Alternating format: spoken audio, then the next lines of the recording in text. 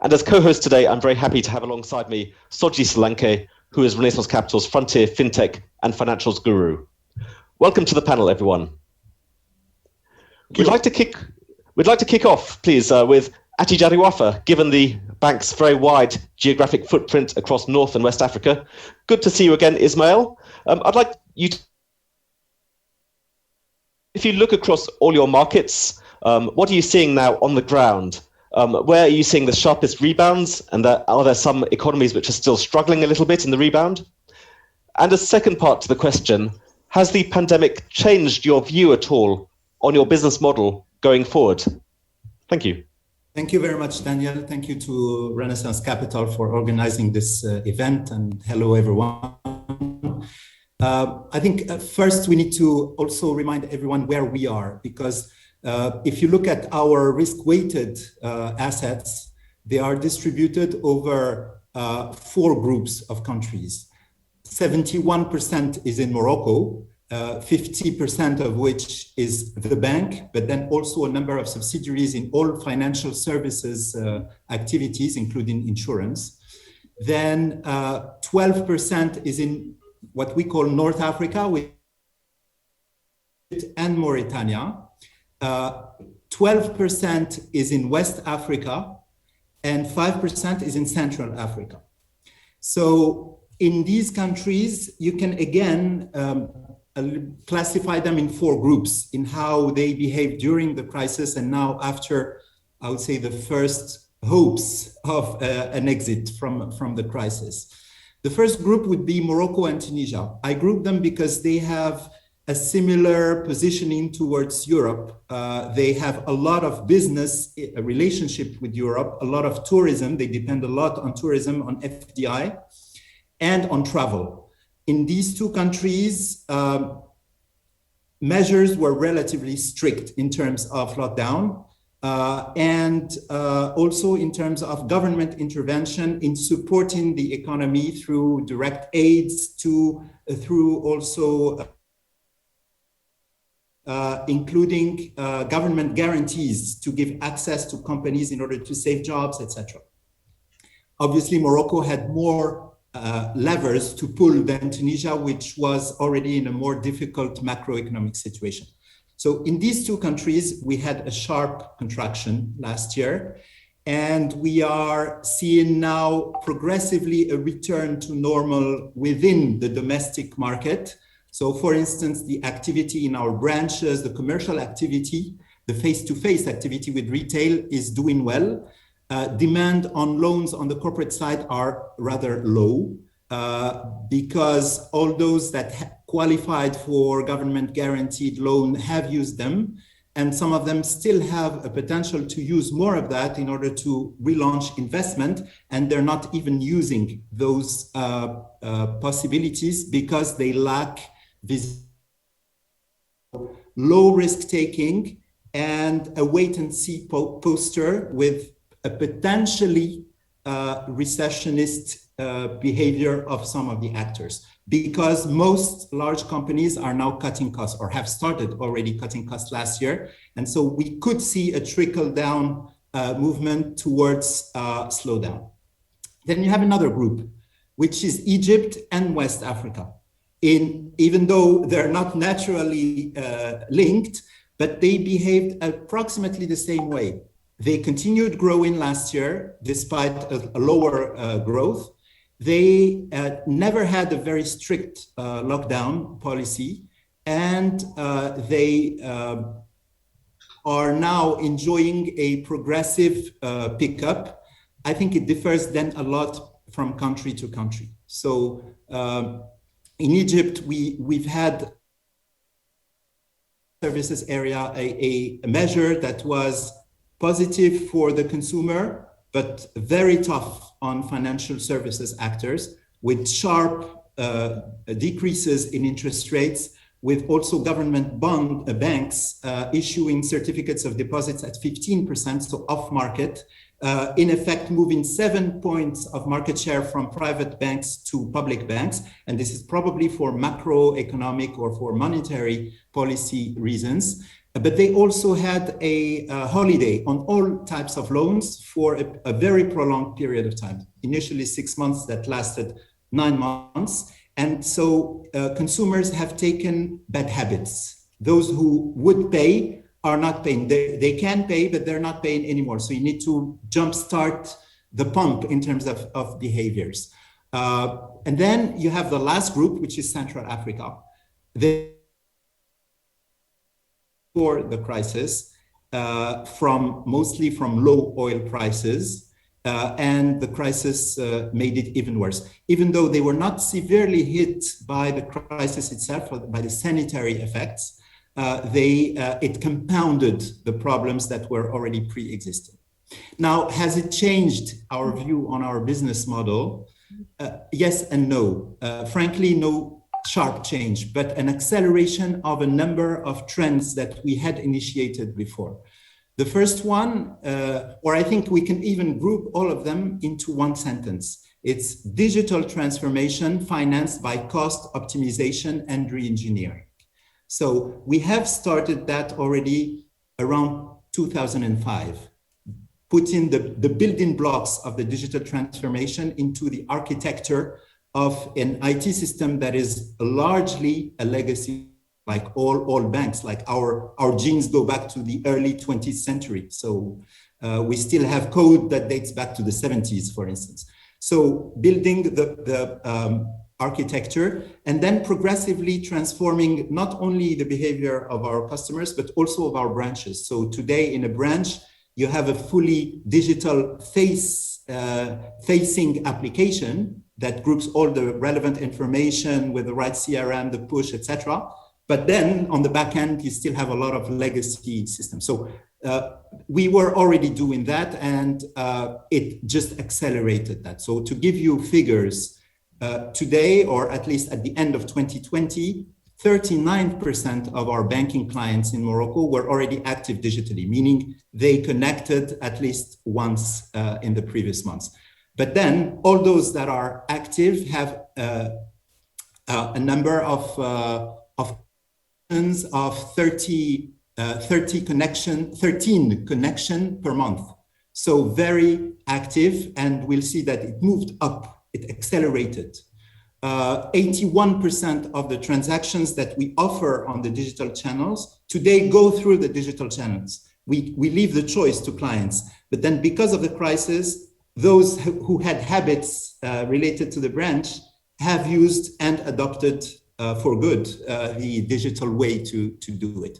We also saw a lot more support by regulators that helped the digital transformation. So one blocking thing for us in our fully digital bank in Morocco, named the Bankalik, which is frankly a rebranding of our digital assets, nothing more, but a fully digital transformation. That bank could not do the onboarding digitally. We had to face interview. The central bank allowed us to do a fully digital onboarding because of the crisis, or thanks to the crisis. So today we can do things easier. And then you have the impact or the rest of the cost optimization that finances all that. And it's mostly around closing branches. So branches were already being closed before, and now it's even easier to do it without hurting clients, without hurting our employees, because we don't do any particular layoff. We improve the sales efficiency of the whole team. So I'm sorry if it was too long, but these are mostly the main element I wanted to communicate. That was perfect. It was a big part of the world that you cover, so you managed to do it very well in just a few minutes. So thank you, Ismail. The second question to Affirma Capital, Taimoor. If you stick now with the bigger picture, maybe looking slightly further ahead into the longer term, the work that we're doing at Renaissance Capital on education, electricity, and demographics suggests to us that we're now around the point where much of North Africa has the potential to industrialize and to bring with it a sustainable economic growth story. Now, you're a global firm, pan-emerging markets, but you also know the region very well. How do you find that Egypt and the wider North African region fits in to the picture from your perspective? And also, how does that impact the kind of sectors that you would be prioritizing for investing in? Thank you. Oh, thank you, Daniel, and thank you for having me. So, as mentioned, we are probably the largest independent private equity firm focusing only on emerging markets. We look at Asia, Africa, and the Middle East, and we've been doing this for nearly 20 years. And I think we've learned a lot. If you take a look at, say, for example, what we learned in Asia and what works and what doesn't work in North Africa. So I think we've historically been very active in India, in Vietnam, China. I think those all three countries have similarities to Egypt in some ways, and in Africa, Nigeria has quite a few similarities to Egypt. I've spent a lot of time in Nigeria in terms of sort of population and other factors. There's some similarities. I think for us, if you look at the growing consumer class in Asia, which has happened the last 10, 15, 20 years, it's now really happening in Egypt. So we see a lot more discretionary income. We see the consumers spending on goods that are necessary and perhaps that are unnecessary. We're seeing a tremendous amount more spending and the consumer side. And I think, if you look at, for example, what China did in terms of government planning and setting the stage for their consumers, I think Egypt has done a pretty good job in that. The 5 and 10 year plans have been set up nicely.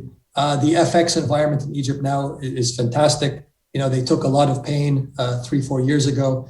Actually, Nigeria and Egypt were going through the same similar FX issue 3-4 years ago. Nigeria did not take the pain, and you could not get dollars out of Nigeria for 3 years. It was a quite difficult process. You had 3 official FX amounts in Nigeria. I know Egypt had a very difficult year. The middle class was very much hurt, but they took the pain and they've moved on. So I think that is a tremendous asset, for the country, especially for a dollar. Quite excited to be in Egypt and looking at Egypt because it looks like you're in a good place from a pound-dollar perspective. And in terms of what sectors we like, I think we're spending a lot of time in healthcare and pharmaceuticals, and it's really interesting the level of innovation for a $10 million EBITDA business in Egypt who are doing a pharmaceutical business or vitamins. It's really impressive, and they're able to take on the global competitors head on. Now they're not able to take them on from a P&L perspective, but if you look at that generic company producing generics with 10 million EBITDA versus the local brand of the global incumbent, the Egyptian smaller companies able to innovate market better. They're able to advertise in a smarter way. There's much less red tape. So that's been really impressive to me. And that's been a pleasant surprise, the level of innovation. And of course, the level of innovation on Fintech, which, I'm sure Ashraf will cover. So it's I think, 21 and 22 are going to be really good years for Egypt. I think the level of innovation is going to continue to increase. And I think the government has done a good job with the FX, which is really, really important for a global investor. So I'll leave it at that, Dan. Thank you. Soji, over to you. Yes, sure. Thank you for joining us today, Ashraf. As you know, we think Fawry has done quite a phenomenal job in Egypt, building phenomenal merchant relationships on the acquiring side of things, while supporting payments across different channels. You've also announced some steps to build the issuance of your business with your partnership with Tutuka, Visa, etc. I would like you to help us dream a little bit. How do you envisage the payments landscape in Egypt and for Fawry looks like in 5 years? And what are some of the key steps you're taking today to execute on that vision? Well, first of all, thank you for the invitation. And let me start by very inspired hearing Ismail and Taimoor about the Egyptian landscape in terms of growth, in terms of forex, in terms of government support and regulatory frameworks. And I think with all of this happening, I think this lays the ground for a real expansion in the digital transformation that is happening in Egypt. So we are seeing, the market will develop in a way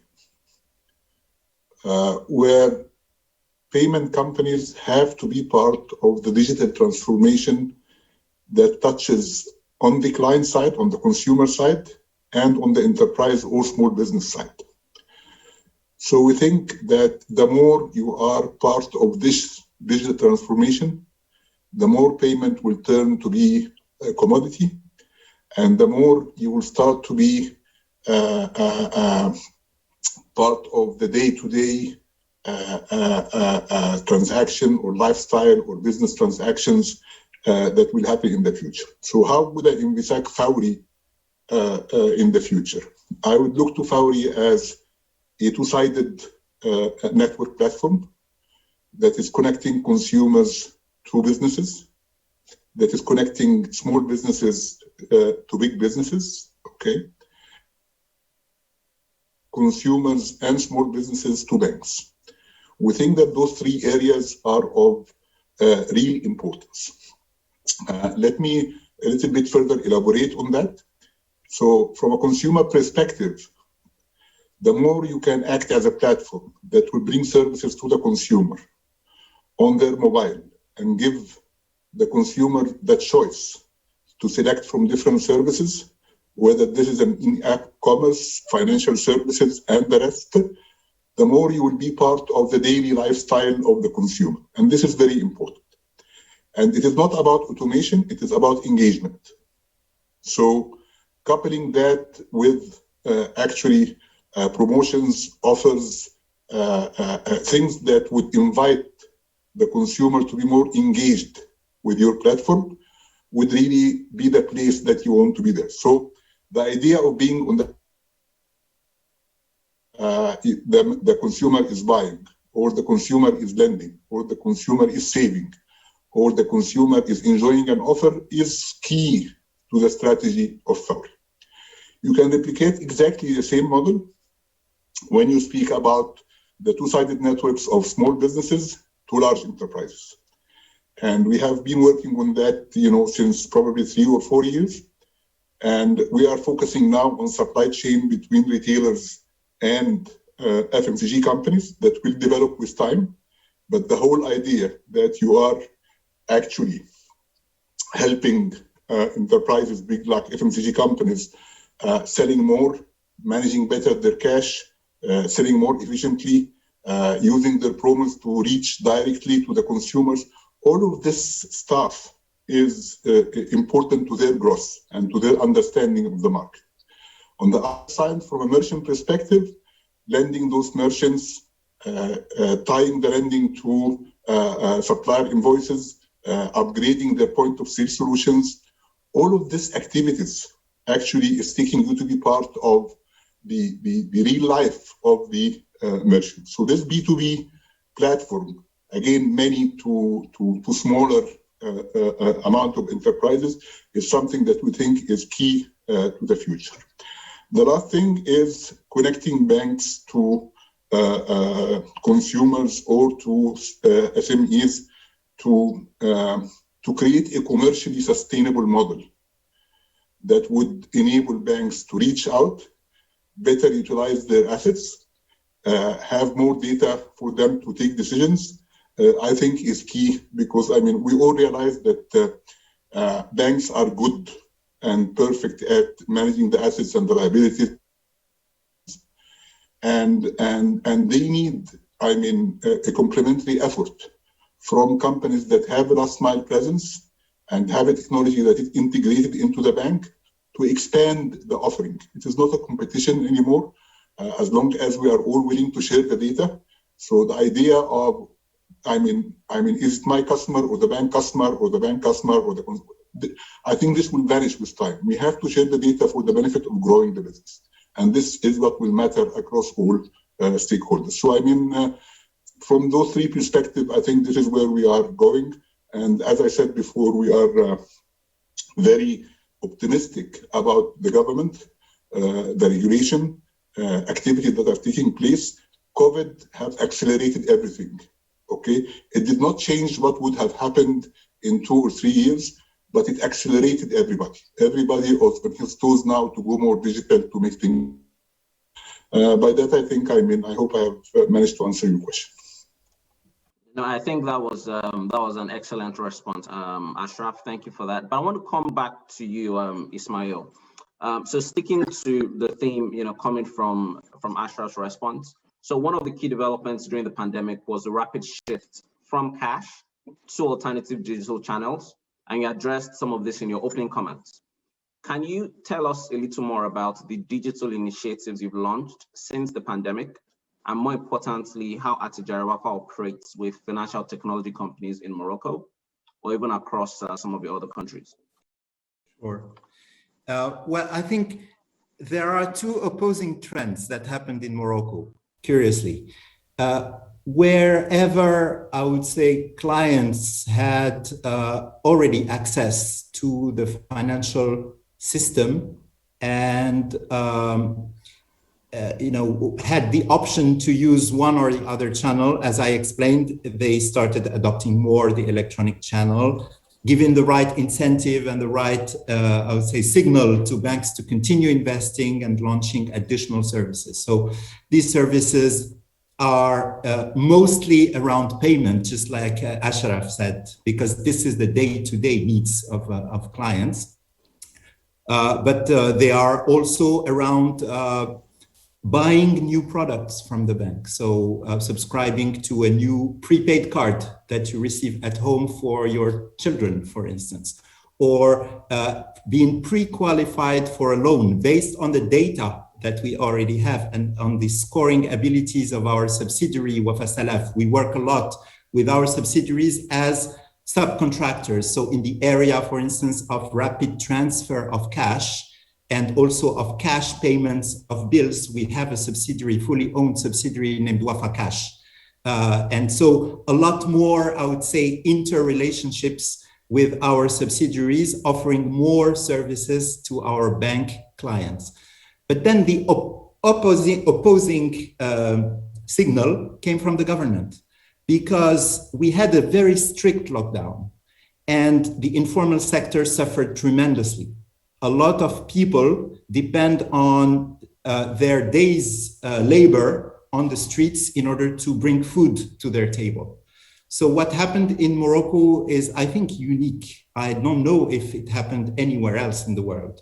But in 1 month, a fund that was set up by the king was funded at the level of 3% of GDP and was disbursed to the informal sector people. So there, and it was disbursed in cash.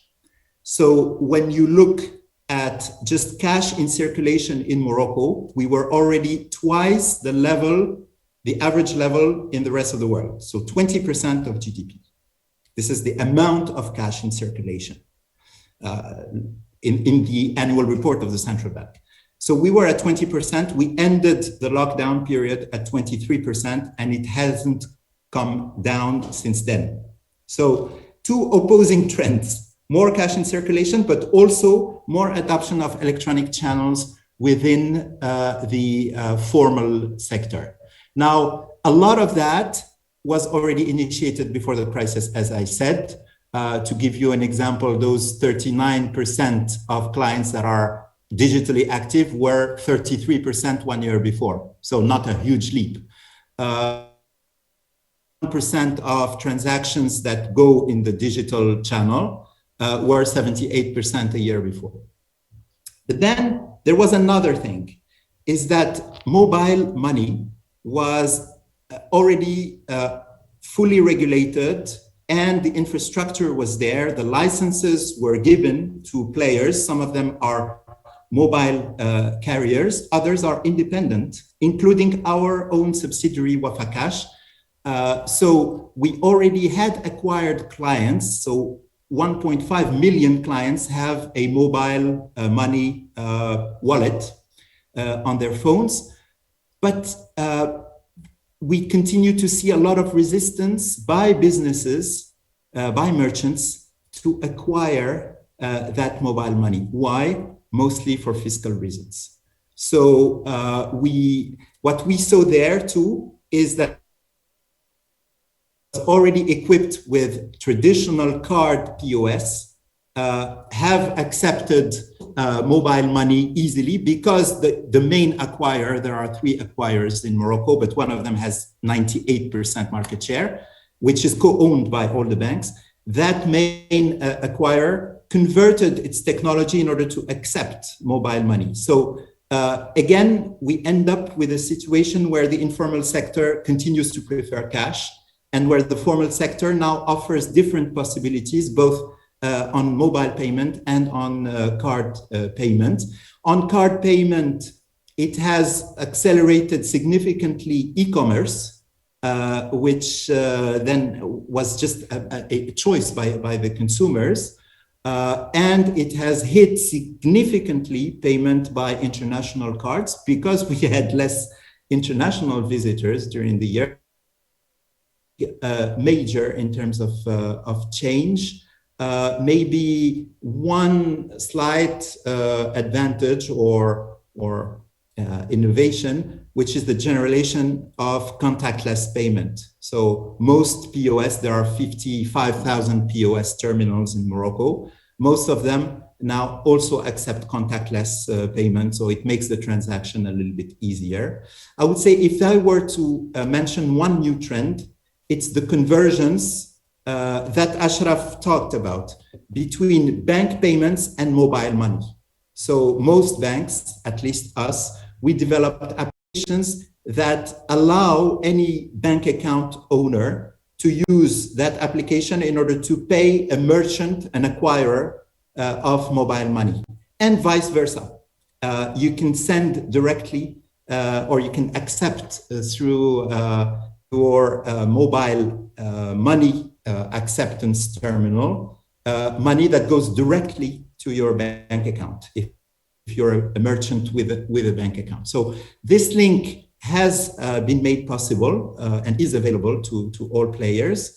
And the maybe consequence of this is that even the banking system is now moving very quickly towards instant payment. Now that we see that mobile money has instant payment and is more and more interoperable with bank transfers, even bank-to-bank transfers domestically will probably become instant transfers probably in the coming year. And then finally, what are the consequences in other markets? What we learned in Morocco last year is that mobile money, the right support or the right way to do financial inclusion.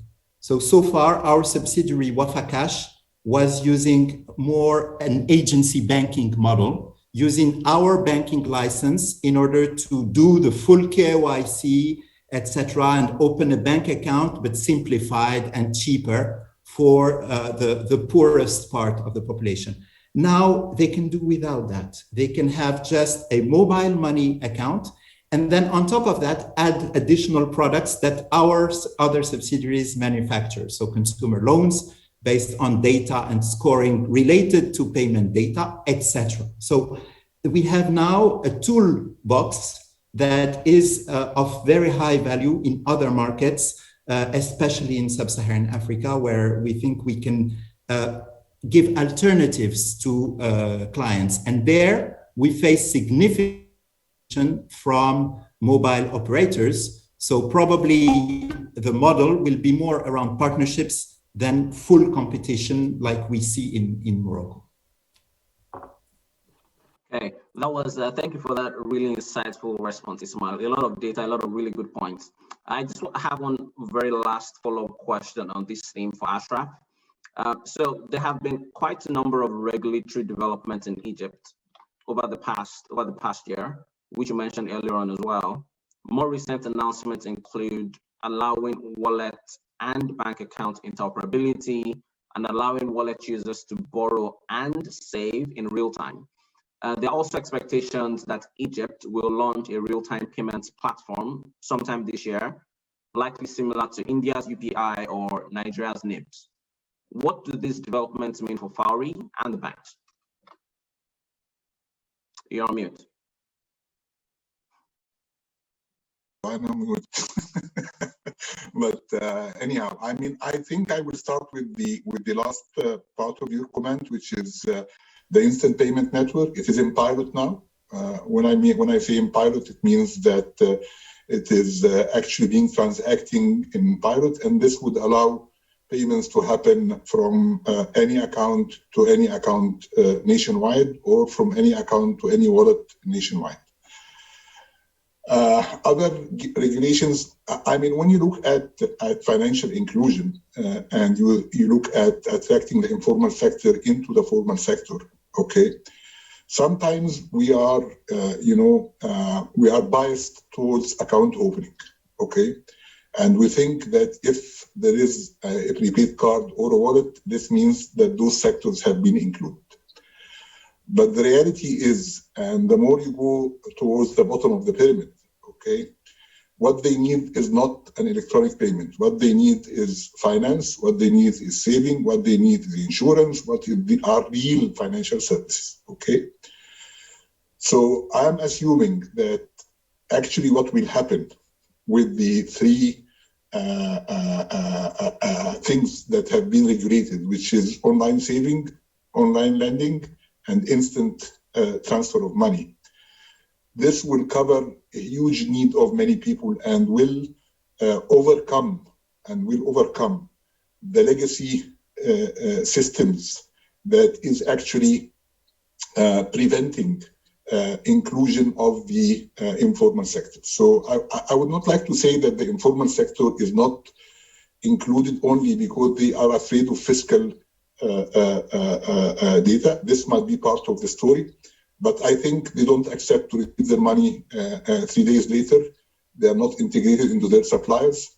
They cannot access finance except from shark loans, as they said. They cannot save their money and have it quickly. I mean, when you look at the process, because small businesses are like consumers. Small businesses are not enterprises. And they need their money instantly. They need to take decisions quickly. They need to change quickly. They need to change their decisions quickly. And I think this platform that is being launched in Egypt right now and is being well regulated will help to boost this inclusion, will help to have the money immediately in the account, will help to use the money immediately into payments. This is key. And when we look at what happened in other markets, you will see actually that, and I think, we share together some of the researches that have been conducted on places like Kenya, like Nigeria, like India, where with the launch of instant payment networks, we find that transactions reached 100% of GDP in Nigeria and probably 25 to 30% in India.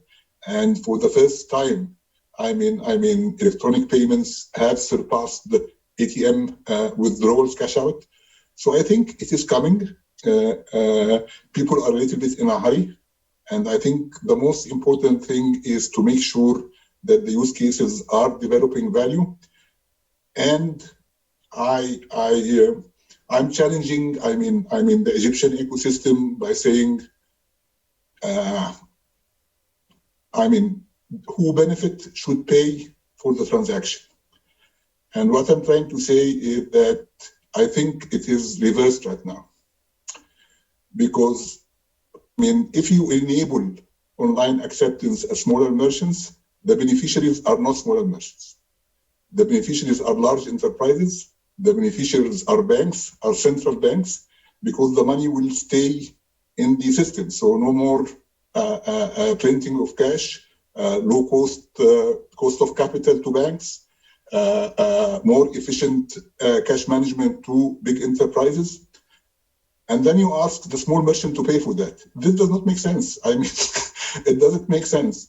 So I think we are, like to say, I mean, we are captured within the old schemes and the legacy systems, and we have to think out of the box. I can tell you one experience in 1 minute, not to take much of the time.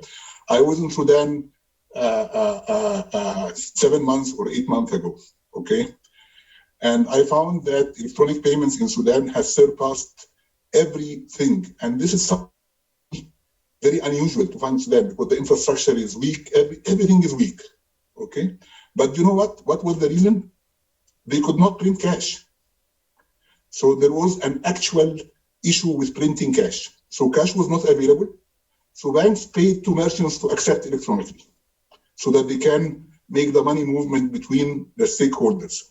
So what I'm trying to say that we are trying to eliminate cash, but in reality, what happened in Sudan, because there was no cash, the system have developed in the right way.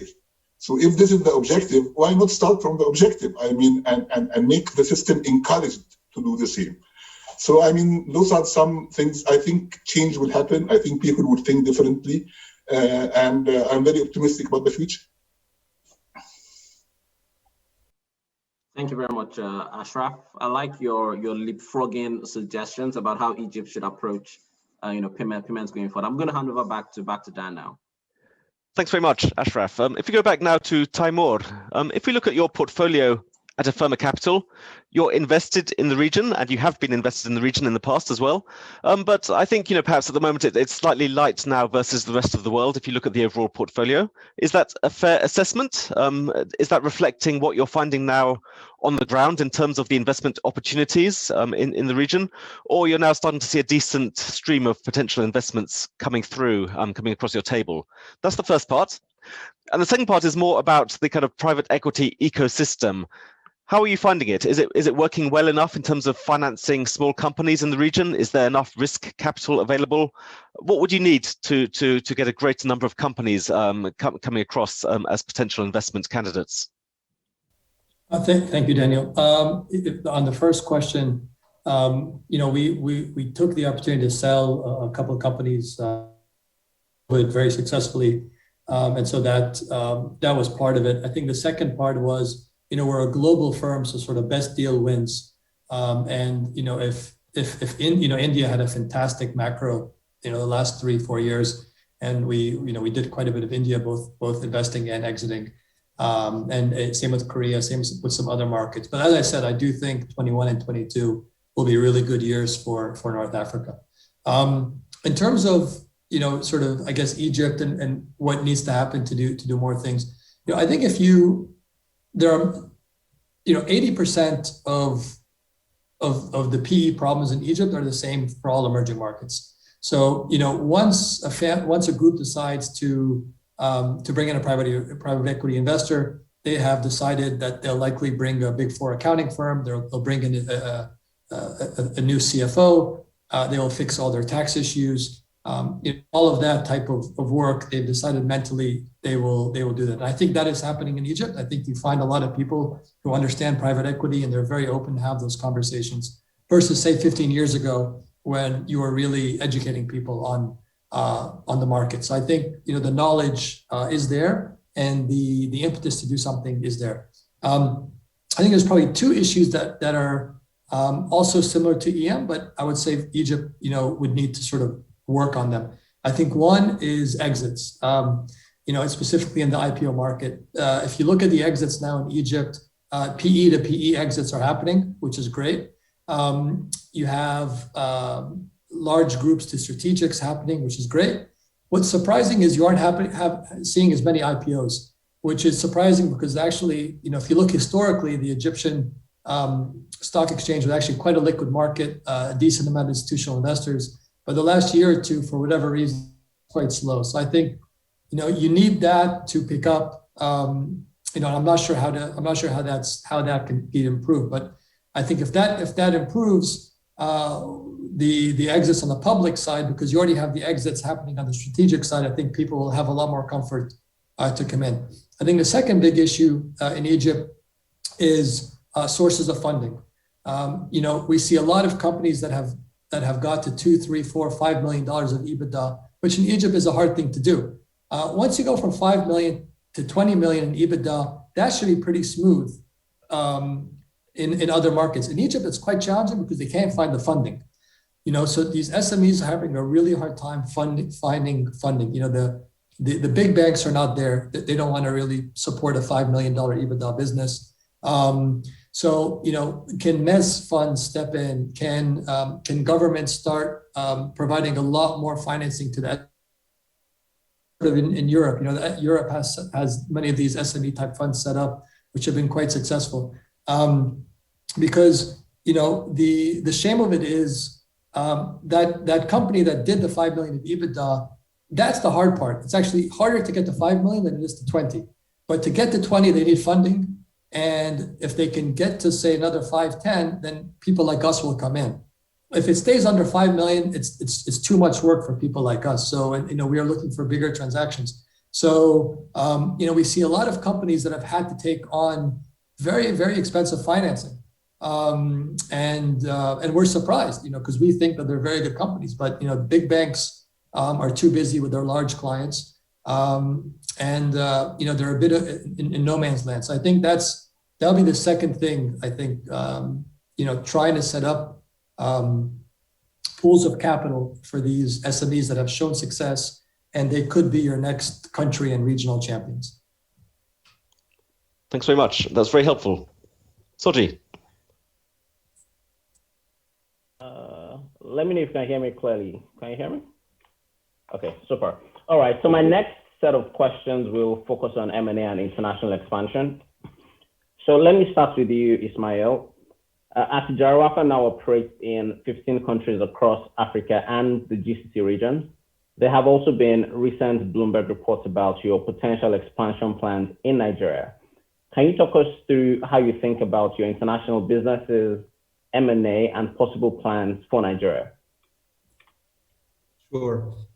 So yes, we have a full banking license in 15 countries in Africa, including Morocco, but also in 6 countries in Europe.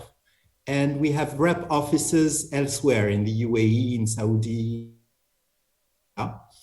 And the strategy is centered on Africa. The rest of the footprint is just based on the synergies that we find with our presence in Africa. And it's mostly around immigrant banking. And immigrants are of different kinds between Europe, the Middle East, and North America. And trade finance, as I said, where it's important to have a presence on both sides of the Mediterranean, which is really the main corridor of our clients. So the way we do that is we enter through greenfields sometimes. For instance, we are now in the final steps of opening our subsidiary in Chad through a greenfield. But we've done greenfields before in Senegal. Our first investment was a greenfield, but also in a number of other countries like Burkina Faso, like Niger, like Benin, or through acquisitions and often a build-up. So in Senegal, it was really, as I said, the first greenfield, first acquisition, merger of the two, another acquisition, another merger, and then the third acquisition that happened through a broader deal with the Crédit Agricole of France. So we end up today with 2 banking licenses that are not positioned exactly the same way in Senegal. So the idea is we want to have defendable positions. So oftentimes it means large positions in the top 3, 4 in small countries. Obviously, we cannot do that in Egypt, but defendable with a distinctive advantage towards the rest. And so that defendable position is based on a full balance sheet. We want to have access to liquidity as a first step. We also look for countries where we have a combination of faster growth than Morocco and a higher margin that allows to absorb a higher cost of risk, but often a higher cost structure, because in Morocco, we're so big that we have economies of scale. In many other countries, we cannot enjoy that economies of scale. We try to put as much economy of scale as possible in the design of our operations. So we have only one IT system outside of Morocco. So only one IT team that supports that those investments, etc. So a maximum of value capture through mutualization. But in each one of the other markets, we are less efficient than we are in Morocco in terms of cost efficiency. So the idea is to also add value to the markets where we enter by enlarging the market, the addressable market, into the emerging middle class, into the structured SMEs. In many markets, we feel that banks only skim the market and enjoy a comfortable position based on their position. We try to enlarge a little bit and innovate. And then once the balance sheet is established, it is an opportunity for our other subsidiaries, depending on the context and needs. So far, those that have gone international are the CIB subsidiaries, so either in advisory or in brokerage or in asset management. The whole asset management business was almost inexistent before we introduced that and created the right, I would say, supply and demand of government bonds. Before that, the ministers of finance would call bank heads in order to place their bond issuance. So today, there is more of a market in many of those markets because of our initial investments. So we stimulate a little bit by pushing a little bit the boundaries. We also have Wafa Assurance, the insurance company that is more international. The more recent entry is in Egypt, where they are in the process of launching Wafa Life Insurance. And then Wafa Cash, our rapid transfer company and low-income banking subsidiary. So we remain a very disciplined buyer with strict pre-screening and I would say top-down the markets where we want to be and the kind of market share we aim to have. We close less than 1 out of 3 opportunities that we examine. So it needs to be a good deal before we go ahead. And the main goal for us is to continue to enjoy the cost of capital of a Moroccan bank, but then have an added component of growth from the international footprint and manage the added volatility through diversification. So in each individual market today represents less than 6% of our total consolidated balance sheet. And this is true only for Tunisia and for Egypt. All the others are less than 4%. And if you exclude Senegal and Côte d'Ivoire, it's less than 2% market. So now with Nigeria, obviously we never comment on any rumors, but Nigeria is an important market in general. You cannot have an African strategy if you overlook Egypt and Nigeria. Egypt, I think, had the best possible investment, but it was a difficult moment. So we are still managing I would say, transformation of the bank that needed to happen while everything else was happening. We are grabbing market share, significant market share. We hope that we will continue. We had a fantastic year last year with 45% growth in our deposits and an improvement of our deposit structure. So it was mostly about CASA and not at all about term deposits, while government banks were deposits at 15%. So fantastic year. Still more time needed to enjoy that into the profitability, but it's normal. When you grab market share, you have to invest and continue investing. And then you have Nigeria. because the other big market in Africa is in Ethiopia. Ethiopia is closed. So, Nigeria, you need to find an opportunity where your returns will be higher than the cost of capital. Not an easy game. And I would be interested to hear your views around Nigeria and who was successful in their acquisitions in Nigeria in the past, and what should be the model. Thank you. Okay, super. Look, we can take that conversation offline. I'll be happy to exchange ideas on how we think about the M&A opportunity in Nigeria. My last question for Ashraf. So Fawry's business model is quite unique in an African and even GCC context, in that large agency banking networks tend to be run by telcos or banks instead. As you build the Fawry of the future, how do you think about inorganic growth?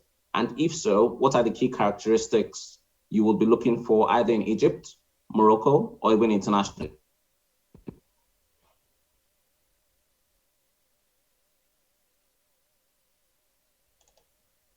I think everything is on mute. Yeah. For that. A comment to Taimoor.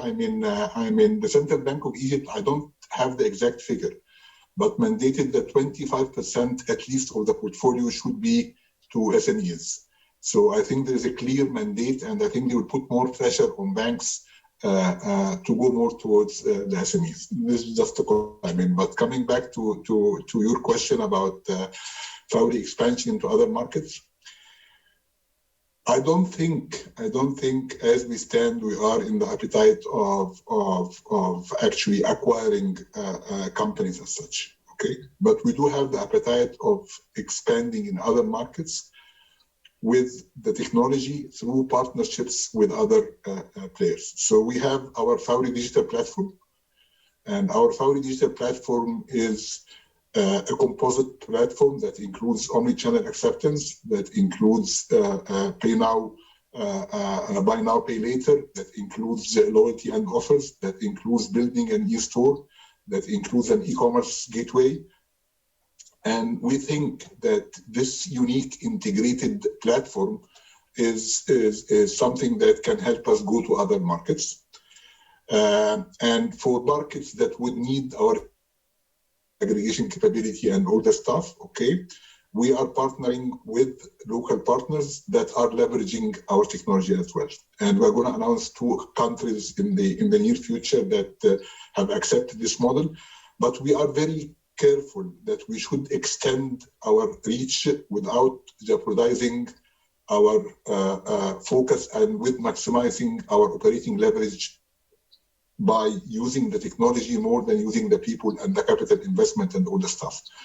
And we believe the technology is the platform that makes you go international or go regional quicker and more cost-efficient business model. So this is the strategy. I am aware of the time, but generally we take the technology towards other markets in partnerships with local players. Ashraf, thank you. A final question to Taimoor. So it sounds as though there are plenty of opportunities out there, but I think one of the key questions that we all have is, how can the North African region, Egypt and the wider region, how can things be accelerated? And what I'm thinking here is that just 15 years ago, China was at roughly the same level of GDP per capita as North Africa was. You fast forward through that 15-year period, North Africa has got richer, but China is now 3 times the GDP per capita that North Africa has. So, what can North Africa do to accelerate things? Things are moving forward, but it seems a bit gradual. What would you be doing? What would you be prioritizing in terms of accelerating growth from here? Thanks, Daniel. I know we're short on time. I just really quick, Ismail, I sit on the board of Union Bank of Nigeria, so I'd be happy to chat with you in general offline on that, what I've seen in Nigeria. And if your comment on the banks being forced to do 25%, I agree with you, and it's a great idea. The issue is I don't think it can come from the banks. I think I think large commercial banks and the RMs in particular, unless they're incentivized they just won't do it. It's so much easier to give money to a large corporate. It needs to be a separate entity, in my opinion. But it's a great idea. It works. So I would just say, Daniel, I think some of the things I mentioned before. I think there has to be sort of a dead bank, for SMEs. I think there has to be an easier ease of doing business. I think business is still hard to get done in some of our markets. There has been understanding that top talent is mobile, and you need to keep your entrepreneurs in country. Brain drain is really serious in so many of these countries. I think COVID has spread everything up. So I do think governments now are probably doing things thought they would do and was maybe just in the planning stages, and now they're actually doing it. And last point, you mentioned China, and yes, they are ahead of everyone, but I would just say only in the last few years is China sort of truly innovating. The last 5-10 years. Before they were just copying. So I think there's a lot of room for the MENA countries just to do the basics right for now, to do the manufacturing, to take advantage of their populations, for the governments to cut the red tape, and I think then the innovation will come, which will improve the GDP per capita, as you mentioned, Daniel. So I'll leave it at that. Thank you. Taimoor, that was very helpful and concise. Thank you very much. And with that, I'm afraid we seem to be up to our allotted time. So I'd like to thank very much our panelists today, Ismail, Ashraf, and Taimoor, for their time and very valuable insights, both into their companies and to the wider region. And thank you to Soji for co-hosting the panel with me. You can with this and today's other sessions on our YouTube channel. And if you stay on the live stream right now, you can learn all about oil production in Iraq and Kurdistan. So thank you very much indeed for joining us today.